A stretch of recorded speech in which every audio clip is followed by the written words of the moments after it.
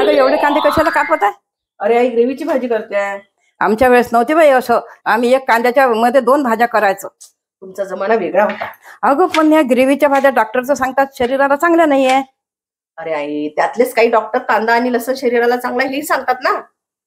इतक्या भाज्या चांगल्या नाही ग्रेव्हीच्या, इतक्या करत नको जाऊ. हो आई ठीक आहे, पण आठवड्यातून एखादा चेंज, एखाद्या वेळेस चेंज म्हणून ठीक आहे ना, नाही करणार. बर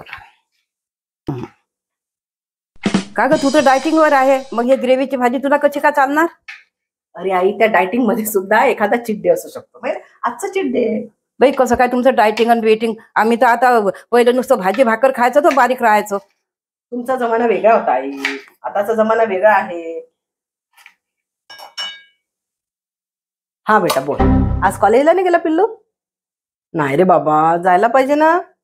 ओढ माझा राजा, उठ ना सोन्या, उठ रे बेटा, उशीर होते ना.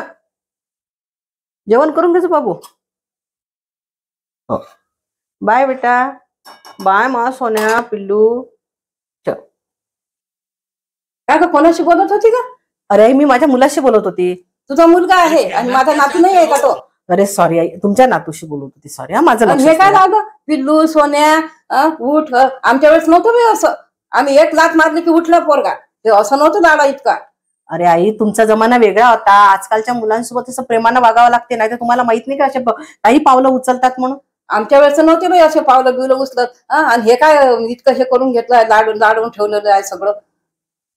आपल्या घरात नाही चालणार असं सोन्या आणि बाबू. याच्या पुढे असं बोलायचंही नाही. आई नमस्कार करते. हे असा कसा नमस्कार ग? आमच्या वेळेस खाली बसून पायावर डोकं ठेवून नमस्कार करावा लागत होता, नाही तर आमच्या सासूबाई खूप रागवायच्या. आई तुमचा जमाना वेगळा होता. काय जमाना लावला ग? तुमचा जमाना आणि आमचा जमाना काही नाही. म्हणून तुमच्या आजकालच्या पोरीच्या कमरा दुखतात, पाठा दुखतात.